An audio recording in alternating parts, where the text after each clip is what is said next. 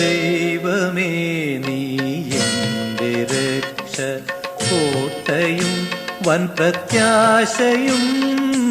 ദൈവമേ നീ എൻ്റെ രക്ഷ, കോട്ടയും വൻ പ്രത്യാശയും. കേട്ടു കേൾവി പോലുമില്ല നിന്നോളമുത്ത സ്നേഹിതൻ. കേട്ടു കേൾവി പോലുമില്ല നിന്നോളമുത്ത സ്നേഹിതൻ. ദൈവമേ നീ എൻ്റെ രക്ഷ, കോട്ടയും വൻ പ്രത്യാശയും.